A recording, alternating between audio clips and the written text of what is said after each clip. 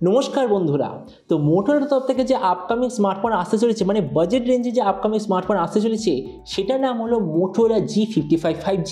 আর ফোনটা অলরেডি ইউকের মার্কেটে লঞ্চ হয়ে গেছে, জাস্ট বাংলাদেশ, ইন্ডিয়া এখানে লঞ্চ হওয়া বাকি আছে। তো জন্য এই ভিডিওতে আমরা ডিসকাস করবো যে মোটোরোলা G55 বলে যে স্মার্টফোনটা আসতে চলেছে, এটার পুরো ডিজাইন, স্পেসিফিকেশন আর প্রাইস, আর যে দাম এটা লঞ্চ হবে তো সেই দাম এটা কি সবচেয়ে ভালো ডিভাইস হবে কি হবে না, এই ভিডিওতে আমরা এটা সম্বন্ধে আলোচনা করব।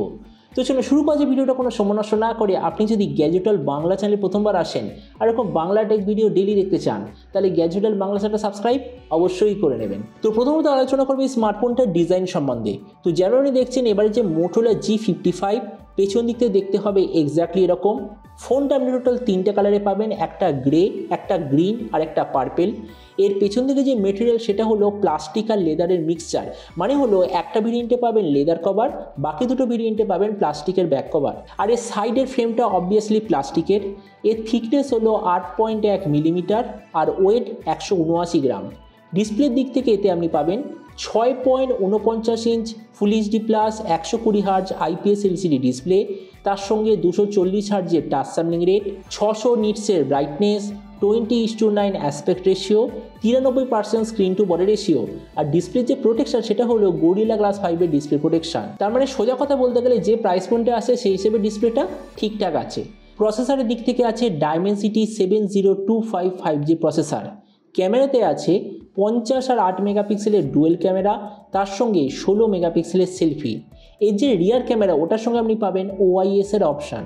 এই যে স্মার্টফোনটা টোটাল দুটো ভেরিয়েন্টে লঞ্চ হয়েছে, একটা হলো 8/128GB, দ্বিতীয়টা 8/256GB। র্যামের কোয়ালিটিটা LPDDR4X, মেমোরিতে আছে UFS 2.2, যেটার সঙ্গে ডেডিকেটেড SD কার্ড স্লট, মানে যেটাকে আমরা বলি 2+1 কার্ড স্লট। ব্যাটারিতে আছে 5000 mAh ব্যাটারির সঙ্গে 30 ওয়াটের চার্জার, আর কানেক্টিভিটি USB Type-C। তো এবারে স্মার্টফোনের বাকি কিছু ফিচার বলতে গেলে এতে আপনি পাবেন Android 14 out of the box, 3.5mm jack, dual speaker, side mounted fingerprint sensor, আর IP54 এর ওয়াটার অ্যান্ড ডাস্ট প্রোটেকশন। আর এর OS আপডেট সাইকেলের দিক থেকে বলতে গেলে 1 বছরের মেজর OS আপডেট, 3 বছর সিকিউরিটি আপনি পেয়ে যাবেন। তো এবার সবচেয়ে মেন জিনিস, ফোনটা কি দামে লঞ্চ হয়েছে। তো দেখুন, এটা স্পেসিফিকেশন দেখতে আপনি নিশ্চয়ই বুঝিয়ে গেছেন। রিসেন্টলি ইন্ডিয়ান মার্কেটে যে লঞ্চ হয়েছিল মোটোরোলা G64, যেটা নর্মাল সময় প্রাইস 15,000, অফার নিয়ে পেয়ে যাবেন 14,000 বা কখনো কখনো 13,500 আশেপাশে। এই ফোনটা মানে G55 ওটারই একটা লাইটার এডিশন, কেননা এই স্মার্টফোনের সব কিছু স্পেসিফিকেশান এক্স্যাক্টলি G64 এর মতো, জাস্ট ব্যাটারি লাইফটা 1000 mAh কম। তার মানে প্রাইস হবে সেরকম। তো ওই জন্য বলা হচ্ছে যে এই স্মার্টফোনটা যখন ইন্ডিয়ান মার্কেটে লঞ্চ হবে, প্রাইস হওয়ার কথা 12,500 আশেপাশে। আর আপনাদের ভিডিওটা বাংলাদেশ থেকে দেখে থাকেন তো বাংলাদেশে এটা লঞ্চ হওয়ার কথা প্রায় ধরে নিন 22 থেকে 25,000 বাংলাদেশি টাকার আশেপাশে।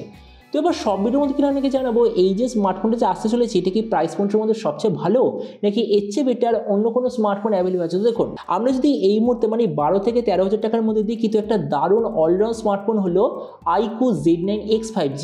তো আমরা যদি ওটার সঙ্গে কম্পেয়ার করি, প্রথমত ডিসপ্লে, এই দিক থেকে আমি বলবো দুটো ফোন এক্স্যাক্টলি সেম, কোনো ধরনের ডিফারেন্স নেই।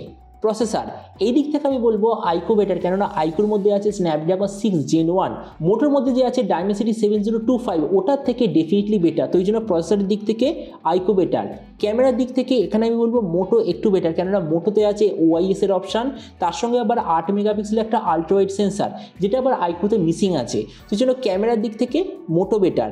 ভেরিয়েন্টের দিক থেকেও মোটো বেটার, কেননা মোটোতে আপনি পাবেন 8/128GB, iQOOতে আপনি পাবেন 4/128GB। তো এই জন্য ভেরিয়েন্টের দিক থেকে মোটো বেটার। ব্যাটারি আর চার্জারের দিক থেকে এখানে iQOO বেটার, কেননা iQOOতে আছে 6000 mAh ব্যাটারি, 44 ওয়াটের চার্জার, মোটোতে আছে 5000 mAh ব্যাটারি, 30 ওয়াটের চার্জার। তাছাড়া স্পিকারের দিক থেকে দুটো ফোন সেম। OS আপডেটে iQOO বেটার, কেননা iQOOতে 2 বছরের মেজর OS আপডেট। তো আমরা দেখুন ভিডিওটা সামনে এটাই বলবো, এই যে মোটোরোলার তরফ থেকে যে ক্যামেরা সেন্ট্রিক স্মার্টফোনটা আসতে চলেছে, আমার মতো মনে হয় 12 থেকে 13,000 টাকার মধ্যে ঠিক আছে একটা অলরাউন্ড স্মার্টফোন। তবে হ্যাঁ, একটা জিনিস মনে রাখবেন, আপনার যদি মেন টার্গেট থাকে অলরাউন্ডার ক্যামেরা সেন্ট্রিক স্মার্টফোন, তাহলেই মোটোরোলা স্মার্টফোনটা খুবই ভালো। তো এবার আপনি যখন সমস্যা এলাম এই যে মোটোরোলা তরফ থেকে নতুন ফোনটা যে আসতে চলেছে, তো আপনি কি এই দামে এটা নিতে চান, নাকি অন্য কোনো স্মার্টফোন আপনি চুজ করতে চান, এটা সম্বন্ধে কথা বলতে আমাকে একদমই ভুলবেন না। তো চলুন দেখা হবে আগামী একটা টেক ভিডিওতে। Till then stay tuned, always remember, think positive, be positive. Thank you.